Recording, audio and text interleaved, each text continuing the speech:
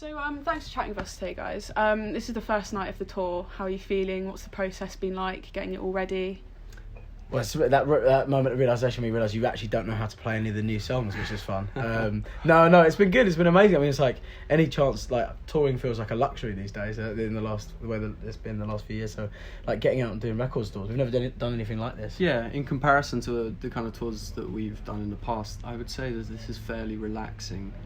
You know, let's just plug in and play, come along, have a chat. It's, you know, we're not having to set up everything that we usually would with like big, you know, all of the arrangement, big staging and stuff. Yeah, we're just turning up and playing some songs. Also, like we started acoustic, so like we kicked off the whole thing in this kind of form. So like any excuse to like play like this is just real fun. It's like such a like nice thing to do. Yeah, back to the roots. Throwback. Yeah. Well, that's the other thing we wanted to ask about, was we were going to ask how it was stripping back to acoustic, but in that case, how's it been then revisiting that old method? Have you like rediscovered anything that, you know, about your old techniques or anything like that? It's something that we always try and maintain, even in our full live band sets. We'll always have moments where we strip it all back and it'll be just me and Dan, because we write the songs and because of the nature of where we began and the kind of songs that we enjoy writing, we're always going to have those just two-piece songs. But it's what's really nice about stripping back is that Ben plays on the cajon, and Ben is a world-class cajon player. So it's so weird. It's like just a box, and I feel like it's the most like frowned upon instrument in the world, like, of all time. But there's something that like the amount of people I'm like, oh, cajon, I hate cajon.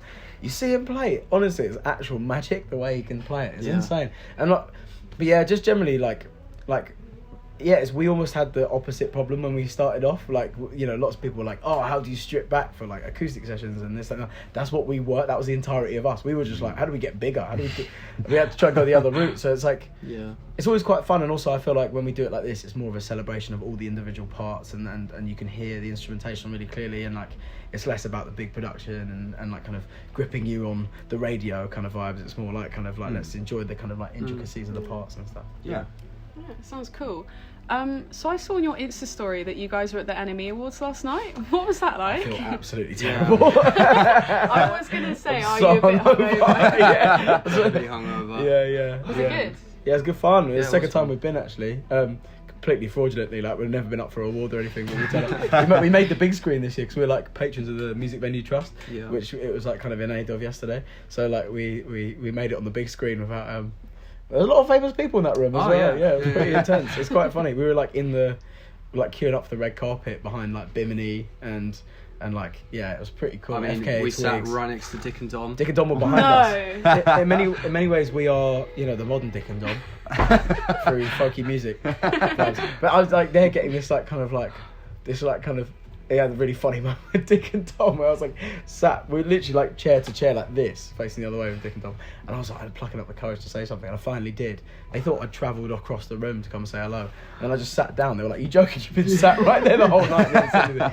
But yeah, it's amazing. Like it's very surreal. Like I mean, yeah, I think we've always felt maybe a little like we're not quite in that, you know, no one's running up to us be like, oh, can we have a photo with you? Because like we're fairly new, but like it's a cool environment to be in, and like kind of almost like kind of taking away the kind of fancy veil that everyone's like really celeb-y, and then you just sat there next to Dick and Dom and they're real people, just like you and I.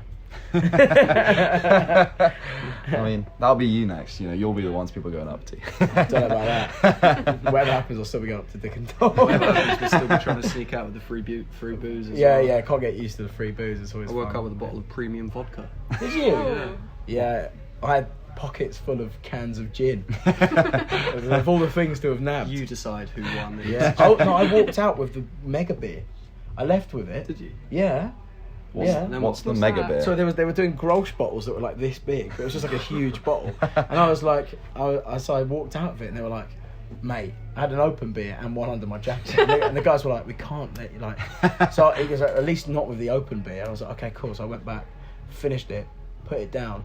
And I walked out with it under my jacket still. And do you know what? I can't even be bothered. Off you go. Yeah, it was fun.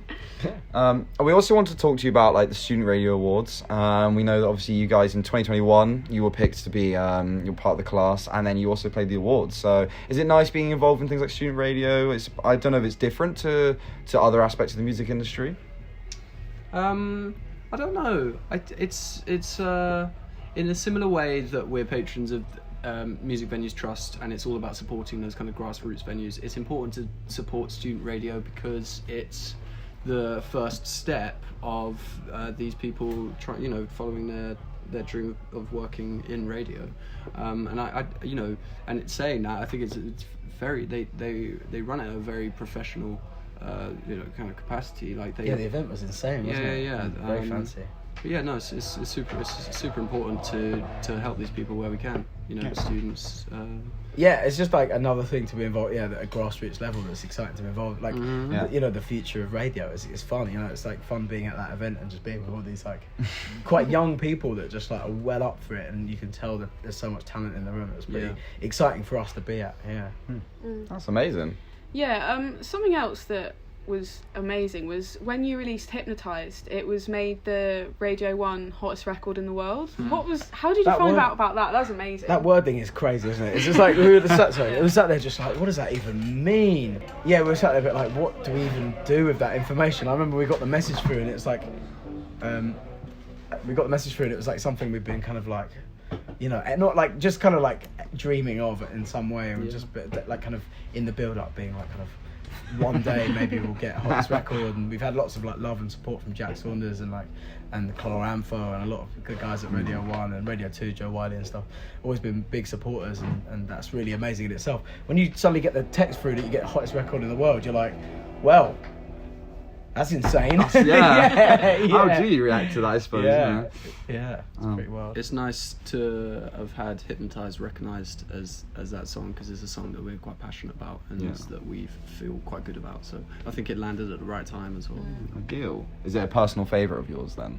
I think so. Yeah. It is for you, isn't it? Yeah, I'm a big fan. On the album, there's a couple where like, I mean, the singles are the singles. They do the job. They're like I love them to pieces. But like, there's a couple of like kind of album tracks on there that are just like tap into what I love about like kind of what we've always done. There's a bit more throwback, a bit more kind of, but like we've tried to get that balance right with the album of kind of like those kind of more classic us with, but then also try to challenge ourselves sonically with like kind of, let's go pop and not be scared of it. Let's channel Drake on one of the songs, which who knows whether that went well or not. But yeah, do you know what I mean? I think that's a massive thing for us. So like, but yeah, the oldie goldies are the ones that I like. Yeah, the throwbacks. Yeah. And was that sort of getting to that point where you were being awarded hottest record in the world? Was that sort of a result of cultivating relationships with people in radio and sort of hard work getting your music in, or did that come about more on their side? I think it's definitely important when you get played by radio to, show them that you recognise and your appreciation for them, because they are essentially championing you. And we have done that every step of the way. I think every time we got a Radio 1, Radio 2, whatever play it is, we're forever thankful to those DJs. And whether they see that and it's, it helps us get that one step closer, maybe, I don't know, but it's a difficult one with radio, because like a lot of it is kind of like is working it over time, and that's the kind of like maybe more cynical side of it, is kind of like you have to kind of graft and win people over and keep releasing music that they like, basically, they're not just going to champion you for the sake of it. But then also like again, like it has come quite organically. Like our relationship with Jack Saunders has been like is invaluable, because it's like he's grown at Radio 1 as we've been growing too. So it's like so those kind of relationships where it's kind of like he found us, he took us on our first tour, we built a bond, and kind of he's always been such a fan. He always says the nicest stuff, and we're always a bit like choked up every time he says it. But like that's the stuff that's like really special, I guess. Yeah. All right. Well, big news, obviously, is there's an album coming out on the 4th. Just, do you want to talk about the album? How excited are you? What can we expect from it? It's pretty scary stuff, isn't it? It's so terrifying, honestly. Like that's like.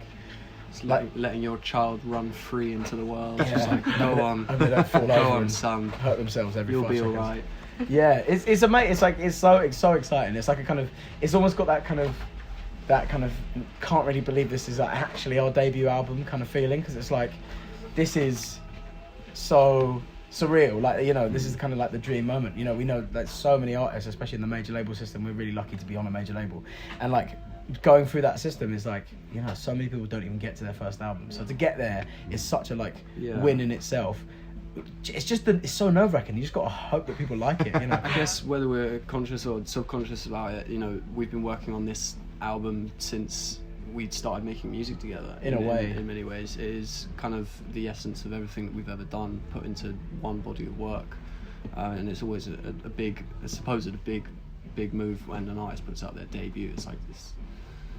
Yeah, just hope it's received well. Yeah. That's it. It's just like, it's so weird because you push it, but there's only so much you can do before you've just got to sit back and hope that people enjoy it and just see how people react. Just wrong with that, I suppose. Yeah, we've had some really nice reviews in so far and stuff, so like we're kind of like enjoying it as it stands, but we'll see when the hate comes in. No, of course not. Following the singles and stuff, I mean, it looks like it's going to be pretty well received. So. Well, we'll see. No, we'll see, but we've got high hopes. Thank you so much, guys. That's all right. Thank worries. you. Thanks for chatting with us. Don't be Yeah, silly. we really Thanks appreciate for it. taking the It's great time. to meet you. Thank you. Yeah, Have you a great too. tour. Have a great show as Cheers. well. Yeah. Cheers.